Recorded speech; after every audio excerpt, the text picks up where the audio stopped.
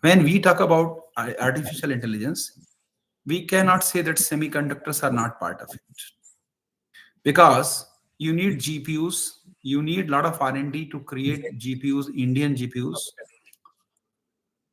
to run these models. You need a lot of power. Requirements are so huge in terms of computers when they're using it, as well as cyber security is also one of the most important thing. You need secure chips.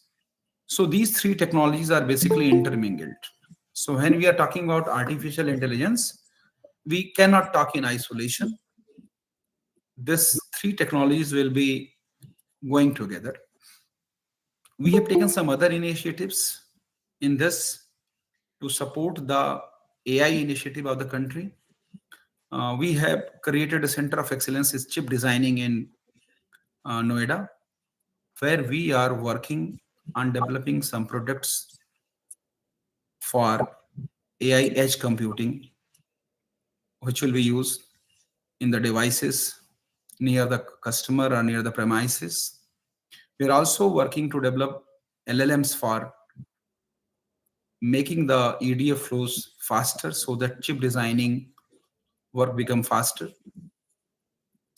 We are also working on developing some secure chips through this.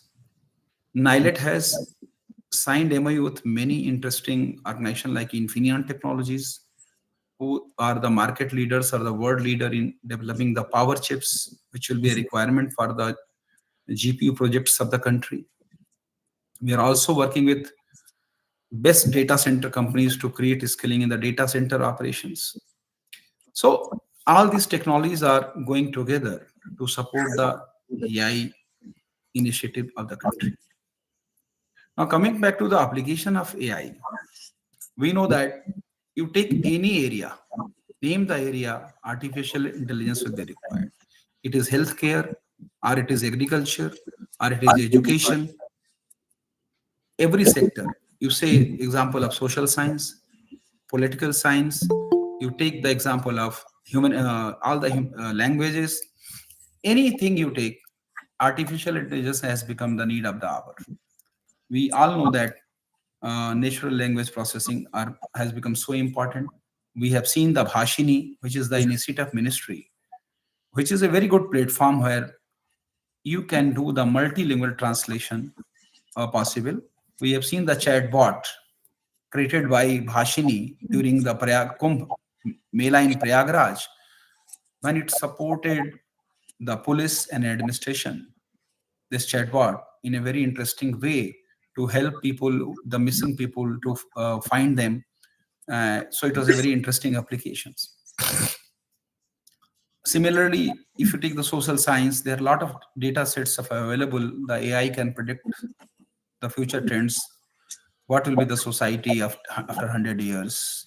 What are the trends? So you take any area, not only technology. You are looking in the pharma sector, the drug discovery and other things. They are using a lot of artificial intelligence, and that's why the Department of Biotechnology is now creating Bio AI Center of Excellences in different institutions to promote the research in that area. Agriculture is one of the major impact area, and I am happy to inform that NILET is the organization which conducts the agri census of the country since last 20 years. We have all the data of agriculture in the country, and we want to apply AI to understand more about the agriculture. This agriculture, AI in agriculture will help people to increase the produce while using the organic farming. So then this is important for the food security. So other than technology also, any area you see, artificial intelligence is very, very important. You take the example of culture, restoration of old buildings, anywhere, the artificial intelligence is very, very much important. And now AI is also getting more advanced with a lot of generative AI coming. We have seen a lot of generative AI is there. It is helping people. many ways. We have seen that AI is able to predict so many failures. It is helping in industry also with industry 4.0, 5.0. You take the example of 5G and 6G in communication, it is helping. So in every area, these things are coming up. New models will come every day. They will be tested, and then better models will come in on the next day.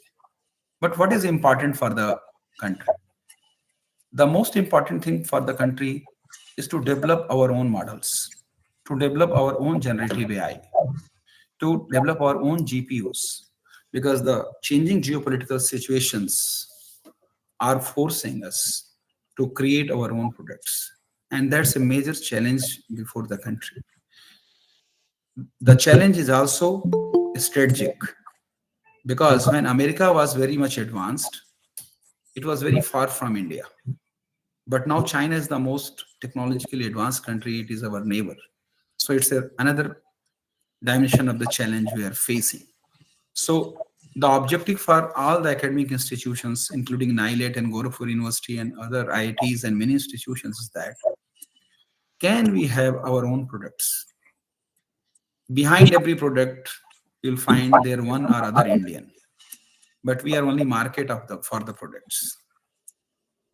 NILET University has been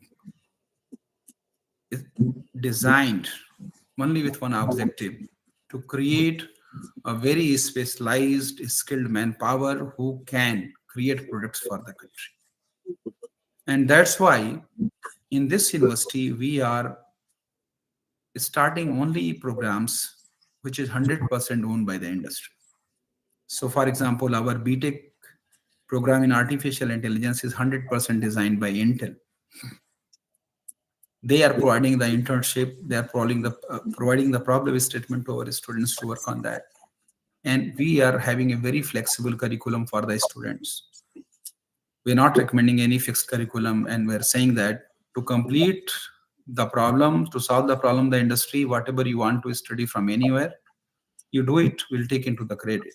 So such kind of approach will be required from the universities and academic institutions also, so that a student move from the project to product concept, which is a big deal.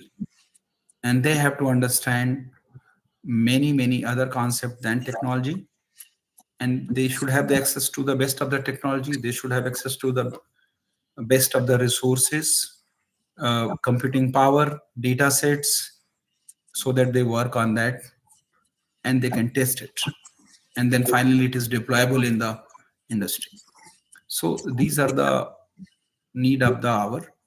Along with that, ethics of AI will be very much important. Now people started talking reliable AI. They are talking about explainable AI.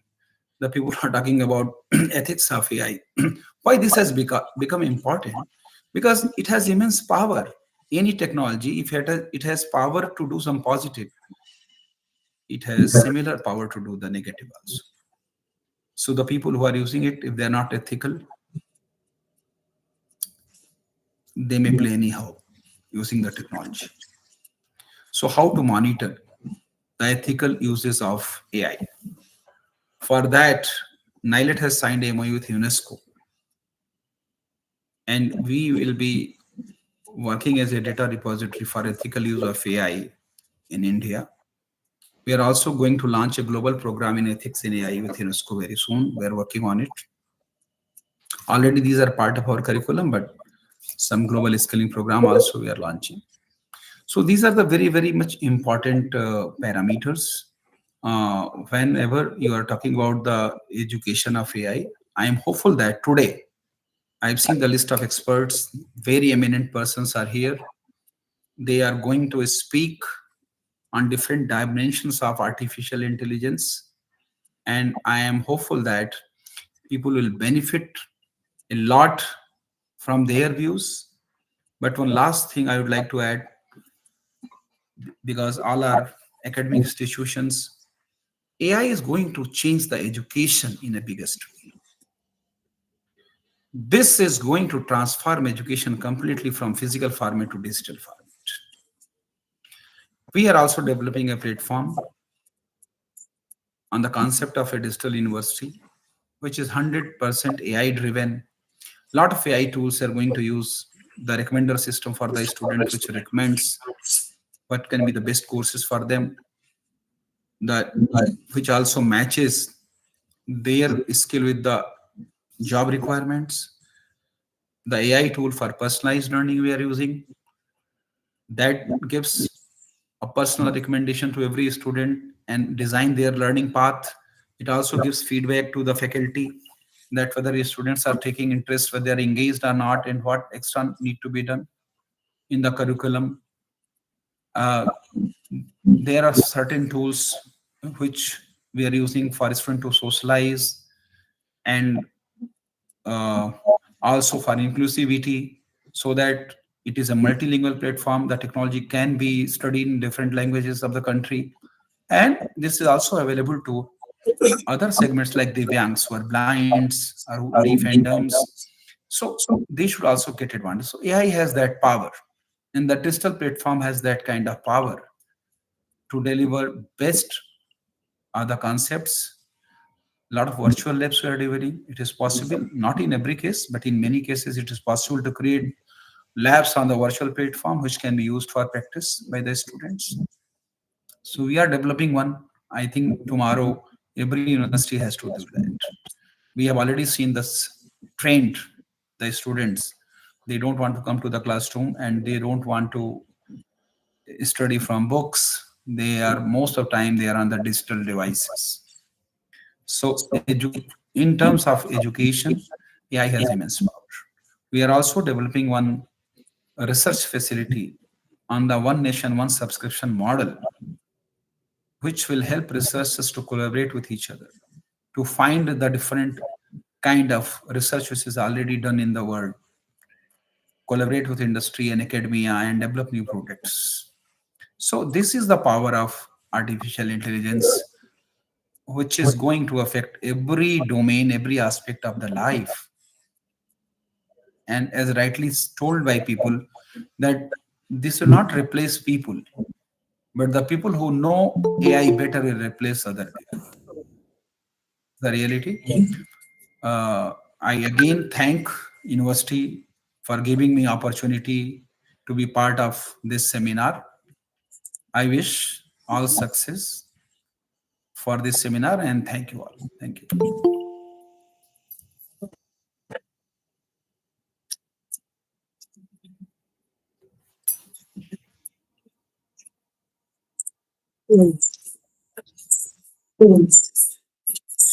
Thank you, sir, for giving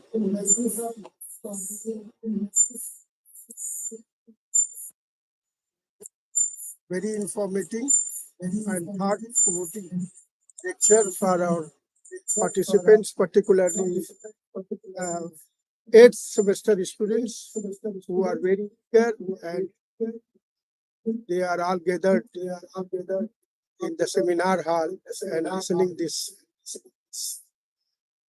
whole proceedings. In fact, we were thinking to have this in offline mode, but semester examinations are coming uh, just within 2 weeks. So we thought that something must be done before they leave this institution, because after this BTech program, we have not yet started the other masters and other programs here. So for the fourth year students and all the students of the institute, this is a first lecture and the most relevant lecture and the burning topic, which is all over the world is being discussed, the pros and cons of AI. And you have thrown light on all the aspects: agriculture, engineering, technology, medical, education, space, whatever applications are possible, you have touched all the. So I'm deeply impressed and I extend my hearty welcome and thankfulness for your very informative lecture. And now I will request the Pro Vice Chancellor and the today's Vice Chancellor, Professor Shantanu Rastogi, to deliver the presidential remarks. Thank you, sir.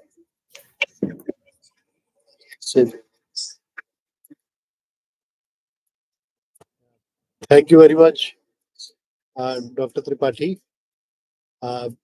for delivering this lecture, addressing the students of our Institute of Engineering and Technology. I congratulate the organizers of this national seminar. As Professor Sugriv Tiwari said, this is the first seminar organized by the Institute of Engineering and Technology. So the institute deserves congratulations for this effort, and they should organize more such programs. We have MOU with NILET, and there are several programs which we have working in collaboration with NILET.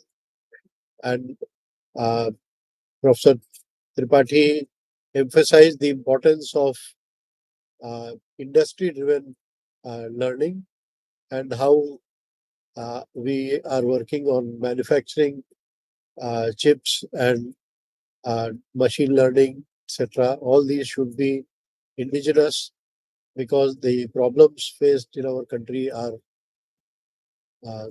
relevant, different from other locations in the world. So once again, on behalf of our Vice Chancellor, Professor Poonam Tandon, because she is out of station and could not join the meeting, she conveys her best wishes to the Institute and all the participants. And I look forward to a very interactive and interesting session throughout the day. There are many eminent speakers. And in the end, I once again thank Professor M.M. Tripathi for giving the inaugural address. Thank you very much.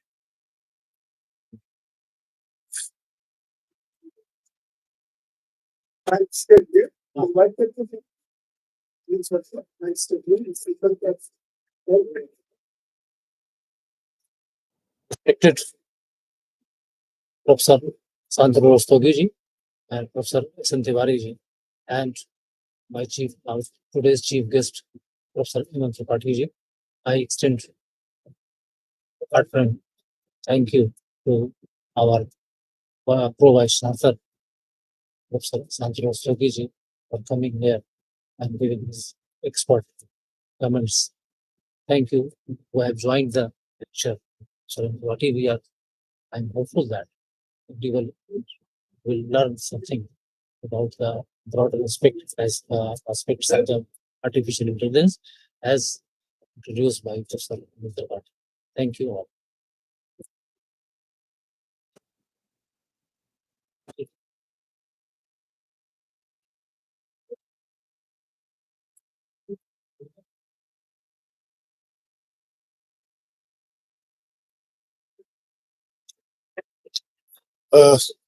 Thanks to Pro Vice Chancellor sir and our team sir. So here is a schedule for today's program from 1 p.m. to 2 p.m.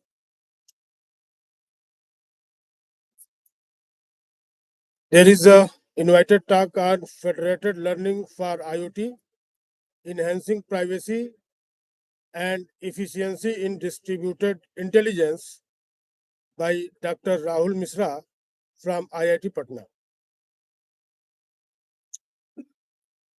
So, and after this talk, there is a break of 30 minutes, and from 2:30 p.m. Our next talk on the topic artificial intelligence, machine learning, and data analytics in current scenario will be delivered by Dr. Sudhakar Tripathi sir. And the last program of this session is an expert talk on the topic use of artificial intelligence in the characterization of shape memory LI and its application toward acculturation by Dr. Tameshwar Nath from IIIT Bhagalpur. And at 4:30 p.m., there will be a concluding remark by Dr. Munish Saran, and and with these schedules, we will conclude the today's session. So the talk on federated learning for IoT will start from 1 p.m. So we will meet. We will come back to you at 1 p.m. Thank you.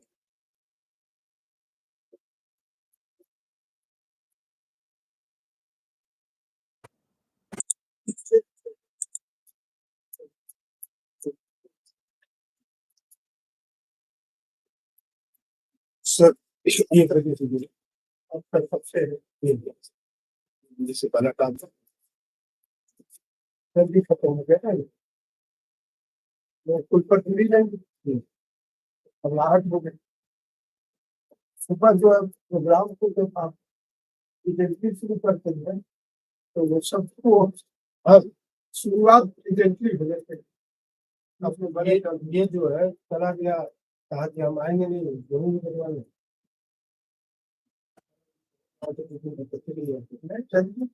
हम लोग ये live streaming रोक दो हाँ हाँ रोक दो